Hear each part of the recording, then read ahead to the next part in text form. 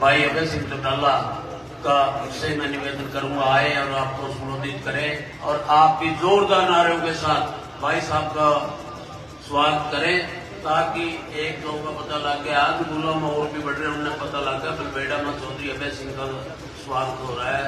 चौधरी अभय चौटाला जिंदाबाद, चौधरी अभय चौटाला जिंदाबाद, चौधरी रामपाल माजरा जिंदाबाद, चौधरी रामपाल माजरा जिंदाबाद।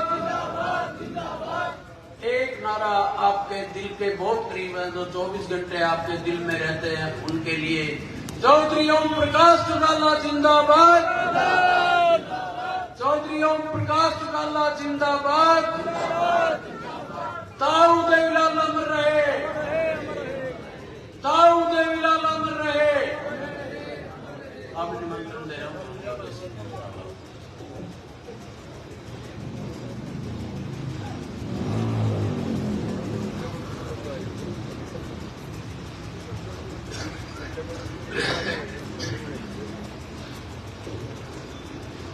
आदर और सम्मान के योग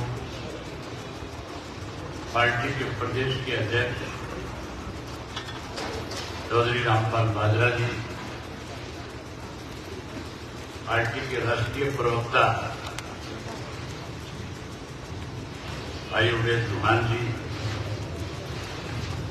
जिला के अध्यक्ष राजा माजरा जी, हल्का के अध्यक्ष सरदार साहब सिंह जी, युवा के जिला के अध्यक्ष मोनी भाड़ू जी, युवा के जिला के प्रदेश के उपाध्यक्ष डॉक्टर बिल्लू मलिक जी, मंच पर मेरे साथ बैठे हुए सरदार भूपेंद्र सिंह जेलदार जी, युवा के हल्का के अध्यक्ष पूनिया जी, अन्य पार्टी के नेतागण, गांव बलबेड़ा के आदरणीय बुजुर्गों, नौजवान साथियों, माताओं बहनों, पत्रकार सहायकार दोस्तों,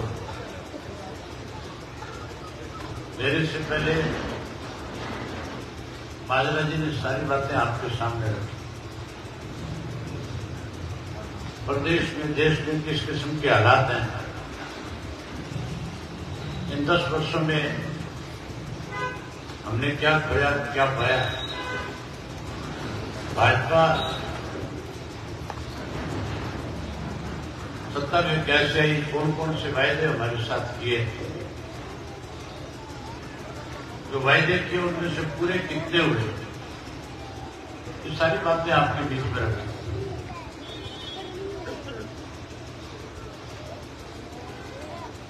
भाजपा की सत्ता में आने के बाद अगर मैं उन्हीं बातों को दोहराऊंगा तो समय लग जाएगा।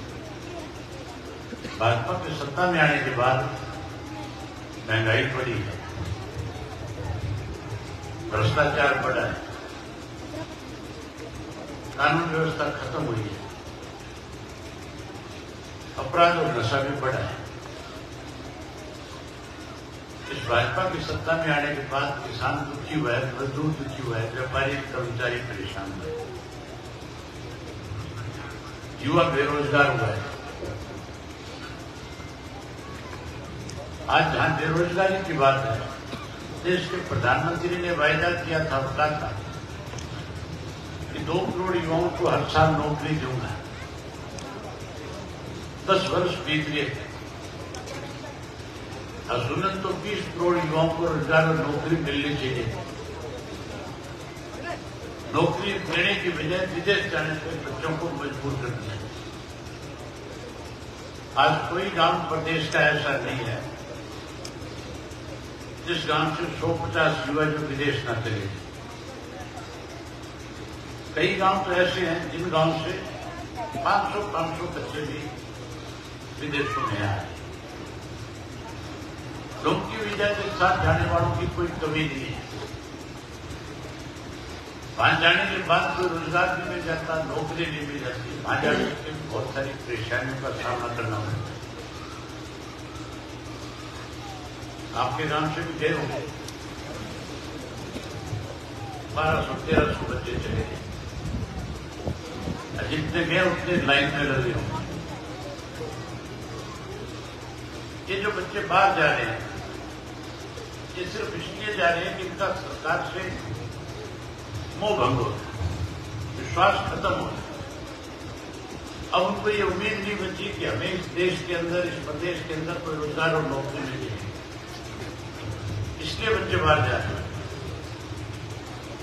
सरकार के पास कोई ऐसी पॉलिसी नहीं है। माजरा जी बता रहे थे कि हमारे पास तो लास्ट में फौज बची, और इन्होंने तो फौज भी ठेके पे दे दी और टीवी बना दी। 4 साल में बच्चा घर वापिस आ जाएगा, 18 साल की उम्र में जाएगा, 21-22 साल की उम्र में रिटायर हो जाएगा। उसको फौज की कोई सुख सुविधा नहीं मिलेगी। आखिर वो क्या करेगा? इस सरकार में जितनी परेशानियां लोगों के सामने आई है, अगर मैं उनका एक एक का जिक्र करूंगा तो बहुत लंबा समय लग जाएगा। अभी 3 गांव के कार्यक्रम हो रहे हैं, उसके बाद खैर में कुछ लोगों से मिलना है। इसलिए मैं आपके साथ ज्यादा लंबी चौड़ी बातचीत करने की बजाय सीधा सीधा हमें आगे क्या करना है।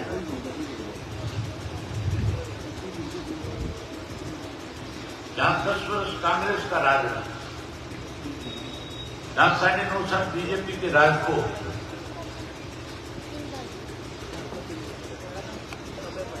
आज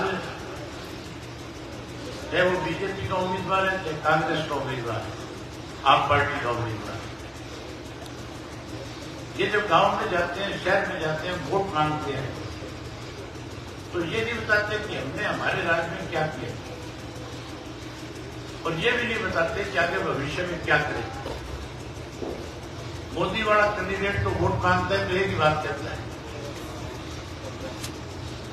नरेंद्र मोदी की गारंटी पर वोट देना। देश को विकसित देश बनाना है, 2047 में विकसित देश बनाएंगे, इसलिए मोदी को वोट देना। या कहेंगे हमने धारा 370 हटा दी, या कहेंगे राम मंदिर बना दें। राम मंदिर का जहां तक ताल्लुक है, इन्होंने तो बनाया, बीजेपी वालों ने तो। हमारे तो हर गांव में, हर घर में मंदिर है कि नहीं है, कि नहीं है? हमारे तो पहले से बने हुए हैं। ये राम मंदिर के नाम पे भी लोगों को बरगलाना चाहते हैं, वोट लेना चाहते हैं, जबकि काम नहीं किया कोई। और कांग्रेस वाले जो है, उनकी हालत ऐसी होगी बेचारों के, उनके पास तो कभी रेट नहीं बचे, इसलिए आप बड़े को दे दी। और आप बड़ा वोट मांगता है, एक ही बात करता है, वैसे मेरी वोट काट दिया है। कांग्रेस वाले ये कहते हैं कि वैसे तो बीजेपी की बी टीम है। ये तुम्हारे समझने की बात है। पिछले 5 वर्ष में लगातार जब से बीजेपी जेजेपी की सरकार बनी, सबसे ज्यादा भाजपा का विरोध विधानसभा में, विधानसभा के बाद किसी ने किया तो इंडियन नेशनल लोकदल पार्टी ने किया।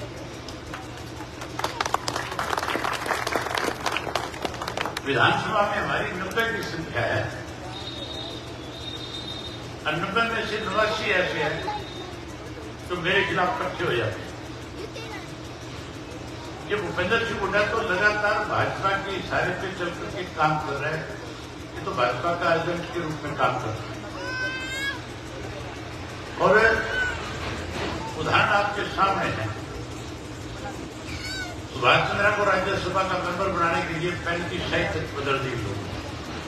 हुड्डा ने अपना बैलेट पेपर खाली छोड़ दिया। अपने बेटे को राज्यसभा का मेंबर बनाने के लिए भाजपा से हाथ मिला दिया। और अब तो और क्लियर कट हो गया। मैंने कांग्रेस के लोगों से कहा था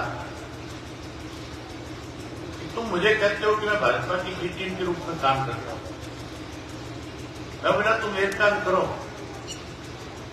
कर्नाटक में कोई ऐसा कैंडिडेट लेकर के आओ जो मनोहर लाल खट्टर को हरा सके। तुम अपना सिंबल दे दो उसको, मैं उसको समर्थन कर दूंगा। लेकिन भूपेंद्र सिंह हुड्डा वहां पे कोई ऐसा कैंडिडेट नहीं रहेगा जो जीतने लायक। वहां पे ऐसा कैंडिडेट देगा जिसकी जमानत भी नहीं मिली, क्योंकि मिले हुए हैं उसको भेजना चाहता है लोकसभा में। आज वोट मांगते दफा आप पार्टी वाला ये नहीं कह सकता कि मैं हरियाणा के हितों के लिए कहीं खड़ा हुआ, मैंने कभी हरियाणा के लोगों के लिए कोई लड़ाई नहीं। हमारे गांव में आगे उससे पूछ लेना, जब किसान आंदोलन चल रहा था, पिपड़ी में किसानों पे लाठीचार्ज हुआ था, तब तू था, ये राज्यसभा का मेंबर था। इसने एक दिन राज्यसभा के अंदर ये भी कहा खड़े होकर के कि हरियाणा के किसानों पे अत्याचार। अगर ये कहता है मैं हरियाणा प्रदेश का वासी हूं, तो हरियाणा के किसानों पे जब लाठीचार्ज हो तो दर्द होगा कि नहीं होगा? लेकिन इसने एक शब्द भी राज्यसभा में कभी नहीं बोला। ना यहां पे जब लाठीचार्ज हुआ किसानों के उससे लाठियों से किन किन को चोटें आई, उनसे हमदर्दी जताने आए, ना कांग्रेसी आए। जैसे ही लाठीचार्ज हुआ मुझे पता लगा, मैं उसी वक्त दिल्ली में था, दिल्ली से सीधा चल करके कुरुक्षेत्र पहुंचे। उन सब लोगों से मिलकर के आए जिन पे पुलिस ने लाठियां बरसाई थी, जो सिविल ड्रेस के अंदर लाठियों से उन पे वार कर दी। विधानसभा में फिर उसके खिलाफ खुल करके लड़ाई हुई, सरकार को मजबूर किया इंक्वायरी कराने की। किसान आंदोलन आया, उस आंदोलन में भी सबसे बड़ी भूमिका इंडियन नेशनल लोकदल पार्टी ने निभाई, जहां हमने उनकी मदद करी। वही उसके साथ साथ एक समय ऐसा है कि मैंने इस्तीफा देकर के भी किसानों के बीच में जाकर के बैठ गया। एमएलए तो कांग्रेस के भी थे 31 से, उनमें से किसी ने इस्तीफा दिया। ये जिंदल आया कभी ना, जिंदल आया ना कांग्रेस वालों ने इस्तीफा दिया। गुप्ता तो बेचारा आता ही था, इसको तो पता ही नहीं था, इसने तो सोचा ही नहीं था तो कुरुक्षेत्र से चुनाव लड़ेगा। ये तो इनका आपस में समझौता हो गया और इसको कह दिया जाए चुनाव लड़ेगा। जो जिंदल है वो कल तक कांग्रेस में था, आज बीजेपी की टिकट लेकर के आया।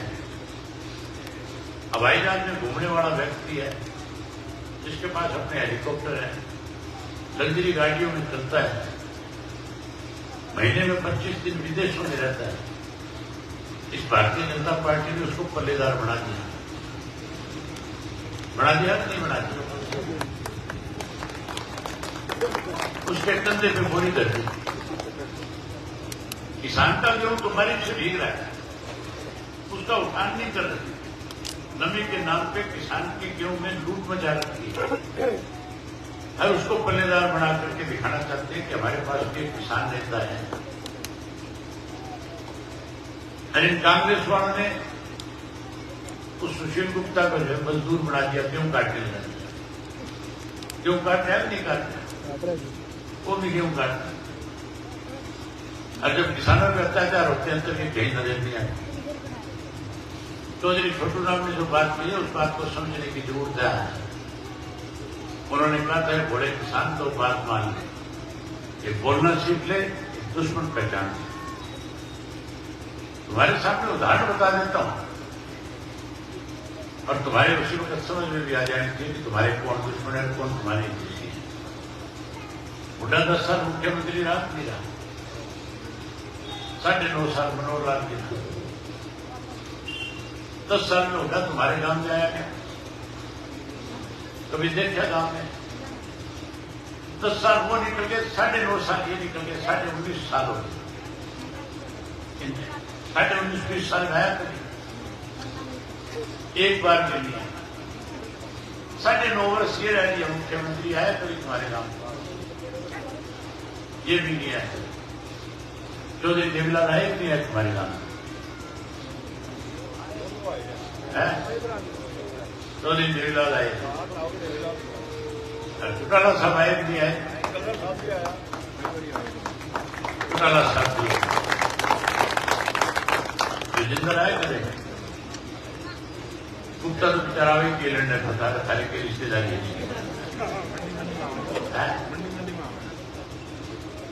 मैं तो आया हूँ तुम्हारे गांव में और अर्जुन भी आया होगा, तो फिर तुम्हारा कौन अभिप्राय कौन है? ये बात समझ में आ रही है कि नहीं आ रही? कौन है तुम्हारा अपना? बोल के बताओ तो सही। अगर लगता है कि मैं तुम्हारा अपना हूं और हम 4 पीढ़ियों से तुम्हारी सेवा में लगे, तो फिर 25 तारीख को एक मोर ऐनक के निशान पे लगा देना। लगाने में ऐनक के निशान इसलिए आपको हमेशा चौधरी देवीलाल का समर्थक काम रहा है। मेरे 25 को मेरे लिए ऐनक के निशान पे मोर लगाने की बात नहीं। मेरे से पहले जैसे बताए थे कि बलवेड़ा जब खड़ा हो जाता है तो फिर आसपास के गांव साथ खड़े हो जाते हैं। अब गेहूं निकल लिए खाए, कोई 2-4 दिन की और बच गए होंगे। 1 तारीख को बड़ी संख्या में तो कुरुक्षेत्र आना मेरा फार्म भरने आओगे। कुरुक्षेत्र सारे आओगे और उसके बाद फिर गांव में पड़ जाओ। कोई काम नहीं, आपकी धान की बिजाई को डेट हो रही है। फिर 25 दिन लगातार लोगों में जाओ और जब तुम जाओगे दूसरे गांव में तो फिर मान के चलो उन गांव के लोगों को भी तुम्हारे साथ लगना पड़ेगा। लग जाएंगे नहीं लग जाएंगे? मैं वोट काटने नहीं आया हूं, मैं तो खाली सेवा करना आया हूं और साथ में इन दोनों की रान काटना है। तुम इनकी रान काटना चाहते हो नहीं काटना चाहते? काटना चाहते हो? रात में एक बार काटना। बहुत धन्यवाद।